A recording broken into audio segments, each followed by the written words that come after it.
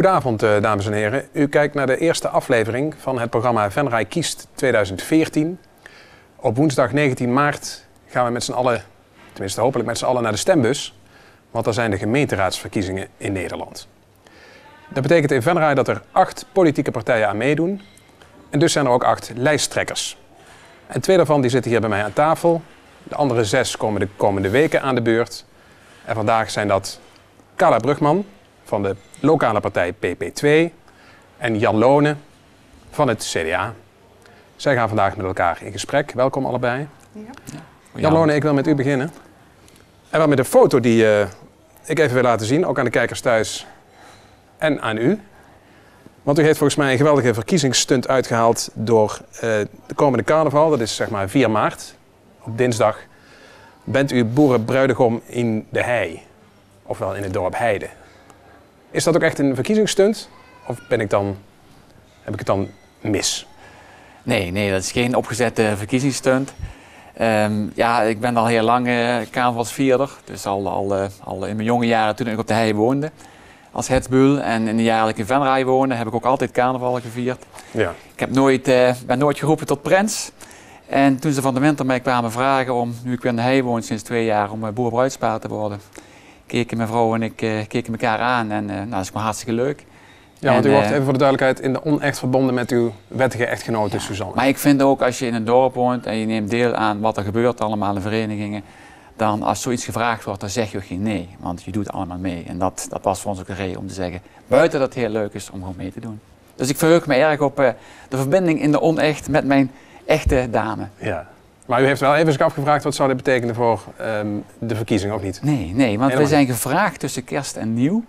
En toen was ik nog helemaal niet bezig, eigenlijk niet met... nee, we hebben echt gewoon gekeken, ja, wat komt op ons af en wat is dat dan? En dus dat heeft eigenlijk geen afwegingsgrond geweest. Okay. Mevrouw Brugman, u zou volgend jaar, stel dat u gevraagd wordt in Blitterswijk om iets te doen in het carnaval, zou dat iets zijn voor u? Want daar woont u in Blitterswijk. Ja, ik woon in Blitterswijk. Ja. Ik doe al 12 jaar mee in Blitterswijk met de carnaval. Elke jaar de carnavalsmis. Ik begeleid een groep, een zanggroep, het Zootje. En dan doe ik iets in dialect, want dan zing ik mee. In 2e of 3e stem en ik begeleid ze op de piano. Dus ik heb ook met Circus Muk wel eens meegedaan. Dus ik ben wel een carnavalsdier, ja. Ik vind het wel heel leuk. Ja. Ja.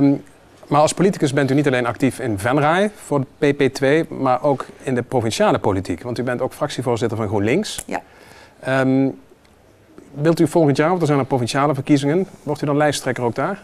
Nou, dat is nog niet zeker, dat weet ik niet. Dat hangt ook helemaal af van hoe hier de verkiezingen lopen en hoe het in de rest van het jaar gaat lopen. Dat weet ik nog niet. Nee. Dus het is, nu ben ik nog voorlopig in de Staten als fractievoorzitter.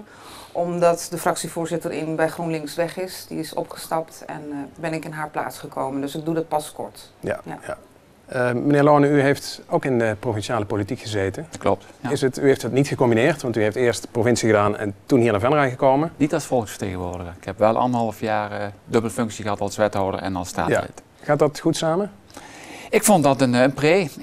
Je kunt heel veel betekenen in Maastricht, voor heel Limburg, maar ook voor Venray. En je bent goed ingevoerd, je hebt de contacten, dat helpt. En ik vond dat zeker geen nadeel. En hoe je daarmee omgaat, dat je de juiste belangen afweegt, dat is natuurlijk altijd een discussiepunt. Dat had ik voor mijn gevoel goed gedaan. En ik heb ook echt van genoten in die 1,5 jaar om dat te doen. Maar ik heb daarna gezegd, dat is ook de afspraak binnen de partij, binnen het CDA, om dat niet te combineren. Dus ik ben ermee gestopt. Oké. Ik wil het met u over het volgende hebben. Stel dat u als partij na de gemeenteraadsverkiezingen in de coalitie komt. En dat u dus als het ware aan de macht komt. We hebben in de Tweede Kamer PvdA en VVD die op dit moment een coalitie vormen. Straks krijgen we hier in Venray ook een nieuwe coalitie. Wat wilt u dan als eerste per se veranderen in Venray? Ik wil u dat eerst in 1 minuut even laten vertellen. Dan wil ik met u beginnen. Daarna Jan Lone in 1 minuut. En daarna mag u met elkaar in debat. Ja. Uw tijd gaat nu in. Er zijn verschillende dingen die wij willen veranderen.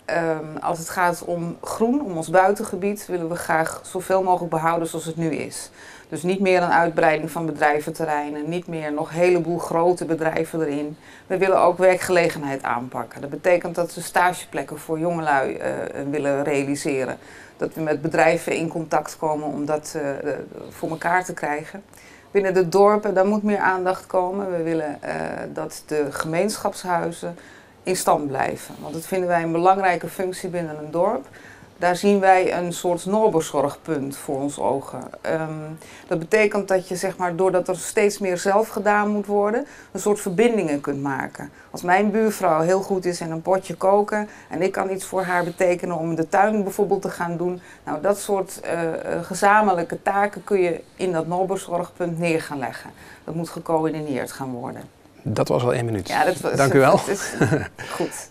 Jan Lonen, wat wil het CDA per se veranderen straks? Nou ja, ik ben de afgelopen 4 jaar al volop bezig geweest om de goede dingen te doen voor Venray. En die wil ik graag voortzetten als wethouder. Ik vind eigenlijk echt veranderen wil ik niet veel dingen. Ik wil dus dingen voortzetten.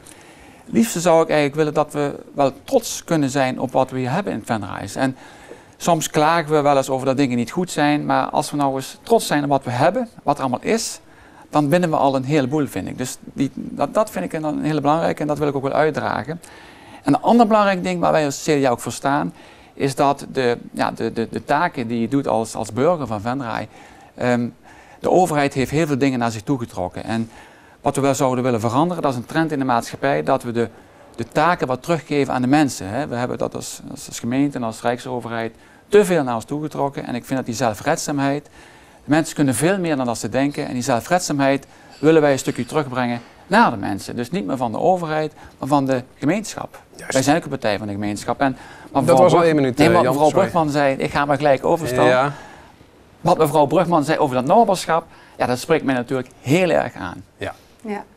Meneer Lonen zegt, er hoeft eigenlijk niet zo heel veel te veranderen, want het gaat al best goed. We mogen er best wel trotser op zijn, maar heel veel wijzigingen gaan wij niet doorvoeren als CDA. Kijk, dat zou ik ook zeggen als ik hier 4 jaar in de bestuur had We gezeten. zitten al veel lang als CDA in het bestuur. Hè, Nee, natuurlijk. Er zijn dingen die goed gaan, dat is zonder meer waar. Maar waar wij naar kijken is wat er nu gebeurt. Hè? Dat we zeggen van de burger moet veel meer zelf gaan doen.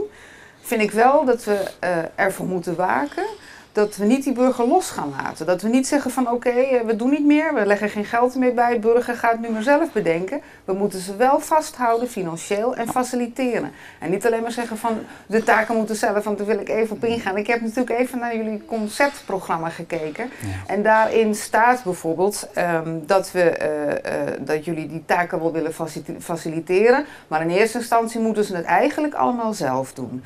En ik vind dat we daar wel voor moeten oppassen. Nee, maar dan hebt u het niet goed gelezen. Dat is ook maar concept nog, hè? Nee, het programma is vast. Maar we gaan echt niet zeggen dat de mensen alles zelf moeten doen. Maar we gaan zowel de bevoegdheden meer geven om dingen zelf te kunnen doen. En dat is een essentieel onderscheid. Dus niet zeggen van, wij gooien het maar over de schutting. En Kunt u een voorbeeld geven van wat mensen meer zelf zouden kunnen doen? Nou, het hele actueel voorbeeld is het verhaal van de gemeenschapshuizen. Hè? Hoe daarmee om te gaan dan. En die accommodaties, daar zit een heleboel kracht in dorpsgemeenschappen, in wijkgemeenschappen. En als je ze zelf de verantwoordelijkheid geeft met een goed gebouw, met voorzieningen, dan kunnen die mensen veel meer als dat het maar allemaal vanuit de overheid geregeld wordt, dat de gemeente die moet het maar doen. Dat hoeft helemaal niet. Dus wij geloven in de kracht, in de zelfsturingskracht van die mensen. Er zijn een aantal conferenties geweest de afgelopen weken, maanden. En ik geloof ook echt dat mensen erop kunnen pikken. Dus ik heb er wel vertrouwen in dat dat gaat lukken. Nogmaals, mensen niet loslaten. Op het moment dat je zegt we gaan stoppen met subsidies in gemeenschapshuizen, dan heeft een klein dorp als Gijsteren er wel een probleem. Want dat kunnen ze dan niet meer overeind houden. Terwijl het cruciaal van belang is voor zo'n dorp. Maar u spreekt nu weer meteen over subsidies. Zelf geloof ik helemaal niet zo sterk in subsidies, maar geloof ik meer in de kracht van wat mensen kunnen en goede ideeën hebben. En geld vind ik altijd van ondergeschikte belang. Het is wel belangrijk om dingen uit te voeren, maar als je een goed plan hebt, als je geen mensen hebt die ergens voor gaan, dan helpt geld daar ook niet aan. Dus het moet niet altijd van subsidies afhangen. Nou, goed, dat zegt u dan, hè? We laten het los, hè? De subsidies beginnen we niet aan. Nee, we laten het niet los, dat zegt u heel is dus waar ik dus mijn zorg over maak. Nee, maar dat doen wij dus niet. Wij geven mensen de verantwoordelijkheid en de beslissingsbevoegdheid, die geven wij terug. Het wordt niet meer helemaal van bovenaf gezegd, u moet dit of u moet dat. Nee, wij geven de zeggenschap terug aan de mensen om het in te vullen zoals ze het zelf willen. En daar steunen wij wel bij. En dat is natuurlijk heel mooi, maar waar ik dan ook tegenaan liep in het programma van het CDA is bijvoorbeeld dat u zegt van bijstandstrekkers moeten verplicht vrijwilligerswerk gaan doen. Ik vind dat nogal ver gaan. Ik vind dat vrijwilligerswerk nooit verplicht moet worden. Nee, dat staat ook niet in het verkiezingsprogramma. Dan heb ik een heel ander programma gelezen dan dat u nastreeft. Kijk, het is natuurlijk altijd heel handig om selectief zin te pakken en daaruit te shoppen. Wat wij zeggen is participeren. Want wij hebben als hoofdthema's gekozen in ons verkiezingsprogramma wonen, werken, welzijn. Dat zijn de pijlers van het leven. En werken, arbeid adelt, zeggen ze wel eens. En werken is een vorm van participeren. Werken is een vorm van deelnemen. Maar even naar het specifieke punt dat mevrouw Brugman noemt. Mensen die deelnemen aan vrijwilligerswerk, mensen die deelnemen aan werk. Als je kunt werken, zeg je, ben je gezond. Als je dingen kunt doen, dat helpt je. En dat vereenzaamt je dan niet. Wij willen mensen laten participeren. Niet gedwongen, maar wel naar wat je kunt. Ik wil even nog één ander puntje aansnijden waar u volgens mij ook anders over denkt. De intensieve veehouderij. Ja. Wat is de mening van Carla Brugman? U begint al meteen te stralen. Waarom is dat? Nou, omdat ik weet dat we daar inderdaad niet helemaal gelijke vlakken hebben. Waarom is dat? Wij zijn in Venray hebben wij de meeste dieren van heel Nederland. Qua varkens, kippen en runderen. Dat betekent dat we zitten hier met 40.000 inwoners, we hebben 4 miljoen dieren. Één persoon vertegenwoordigt hier 100 varkens of kippen. Dat is natuurlijk heel mooi, hè? En wij hebben niets tegen de agrariërs. En die dus van alles doen om zeg maar, aan de wettelijke regels te voldoen. Alleen vind ik wel dat wij als gemeente een zorgpunt hebben als het gaat om zoveel concentratie aan dieren. Want als er iets gebeurt, als er een ziekte uitbreekt met dieren, hè, kijk maar naar de geiten, ik bedoel, we zitten hier wel met z'n allen op elkaar, we moeten dat eerlijk delen. En wat is de oplossing voor die grote concentratie volgens u? Ik vind dat per vierkante kilometer een limiet moet komen aan hoeveelheid dieren. Jan Lonen. Ja, allereerst, ik ben zelf trots op alle economische activiteiten die hier zijn. En landbouw, agribusiness, is er ook eentje van. En u zei straks van, ik wil de gemeente verder vergroenen. Nou, we hebben de groenste gemeente van Limburg. We zijn een van de groenste gemeenten van Limburg. Heel veel bos, heel veel ruimte, heel veel mooie omgeving. En die veehouderij die we in Venray hebben, die is in staat om echt duurzaam dierlijk eiwit te produceren. En dat is, in de wereld is dat ongekend op een manier waarop dat gebeurt. Op een hele diervriendelijke manier. Op een hele veilige manier en ook op een hele omgevingswaardige manier. Vindt u ook dat die concentratie, het aantal dieren per vierkante meter, dat terug moet? Nee, en wat GroenLinks voor kiest, waar PP2 voor kiest, op verschillende fronten, want de discussie loopt ook in de provincie, dat is kiezen voor de zaak op slot zetten. En waar wij in geloven is ruimte geven aan bedrijven, ruimte geven voor ontwikkeling, ruimte voor innovatie. En die bedrijven die kunnen innoveren, bedrijven die kunnen ontwikkelen, die kunnen die problemen oplossen. En die hebben ook een echte kans om te laten zien dat ze dat duurzaam eiwit kunnen produceren hier in eiwitrijk Venray. Oké, ik wil nog even een ander laatste onderwerp. Het was, allebei hebben jullie je zegje kunnen doen over dit onderwerp. Ik wil nog even naar het onderwerp betaald parkeren. Ja.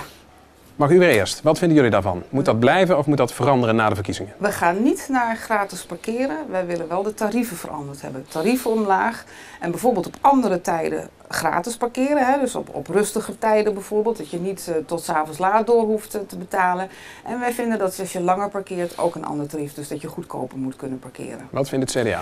Ja, dat is in overleg met de winkeliers. Zijn we nu al volop bezig voor dit soort ideeën. Om te kijken. Ik ben trouwens ook niet direct voor afschaffen. Want dat zou betekenen dat de burger een flinke lastenverzwaring Waar bent u wel voor? Om te kijken of je toch consumentvriendelijker kunt maken. Dat je de tijdduren dat er is, het parkeren, dat je dat slimmer kunt inrichten. De winkeliersvereniging vindt dat de eerste 2 uur gratis moeten zijn. Ja, wat vindt u daarvan? Weet je, dat klopt. Ik heb dat ook gelezen. We hebben er vaak over gesproken. Weet je hoe de consument dan is? Die gaat dan 2 uur ergens staan, verzet zijn auto en gaat dan 2 uur ergens anders staan. Dus je hebt overal, elke plus heeft zijn tegen. En ik ben er wel voorstander van om iets mee te doen, om het iets klantvriendelijk te maken. Maar we zullen ook moeten zorgen dat we het mooie parkeren wat we hebben, een hele mooie parkeergarage, dat we die ook in stand houden. En het is te makkelijk om het op de burger af te wentelen. Dat zegt mevrouw Brugman ook niet. Dus afschaffen zal heel moeilijk zijn als we ervoor willen kiezen met z'n allen. Dan ben ik er trouwens geen principiële tegenstander van. Het zou voor mij best afgeschaft mogen worden. Het is voor mij geen principieel voor. Maar je moet wel voorzieningen in stand houden. Dat zeggen de winkeliers ook. En daar moeten we een slimme modus voor vinden. En dat is niet makkelijk. Dankjewel. Nog één vraag tot slot.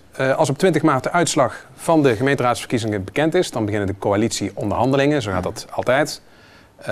Wat is uw ideale coalitie, mevrouw Brugman? Waarom vraagt u dat aan mij het eerste? Omdat jullie misschien wel heel veel zetels gaan halen. Nou, ik zou er in ieder geval voor pleiten om een wat bredere coalitie te hebben. Dus een wat gekleurdere coalitie. Meer dan 2 partijen? Ja, in ieder geval meer dan 2 partijen. Het zou goed voor Venray zijn als... En met wie wilt u dan het liefst samen als PP2?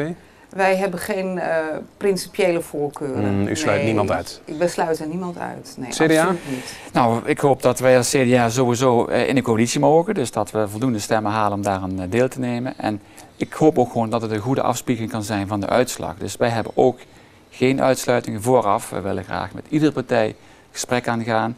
Om dan wel direct doet aan de uitslag van de verkiezingen, dat we dan een coalitie krijgen die daar ook aan kan gaan werken aan het goede dingen voor Venray. Goed zo. Zeer bedankt allebei. Ik dank ook de kijkers thuis. Volgende week zitten hier weer 2 lijsttrekkers. Dat zijn dan Ingeborg de Barbanson van de VVD en Jan Hendricks van de SP. En op zaterdag 15 maart zendt Pela Maas TV het grote lijsttrekkersdebat uit. En dan gaan alle 8 lijsttrekkers met elkaar in debat. Tot ziens.